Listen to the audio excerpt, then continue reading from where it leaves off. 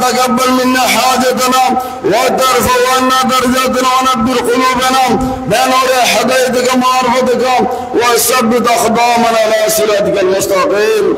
الله لازم مجبنرين في سلوك طريقك المستقيم وادخلنا في جمرة خدام بإحسانك القديم بطفل مرضى البارين مم البارين بالشر شان سيدنا زياء الحق مجبنر يا رب العالمين بحرمة مرشدنا سيدنا مولانا مزار غوث الأعظم سل غوث الأعظم زلباني أولاد رسول العاشق سيدنا حضرت حسن بابا مولا ذو القبل العالم يا رب العالمين وبوجود الشهادة غوث الأعظم العاشق سيد أحمد منتظر دي أحمد دازل يا رب العالمين. اللهم اجعل آخر كلامنا عند سكرة الموت كلمة طيب لا إله إلا الله محمد رسول الله صلى الله عليه وسلم.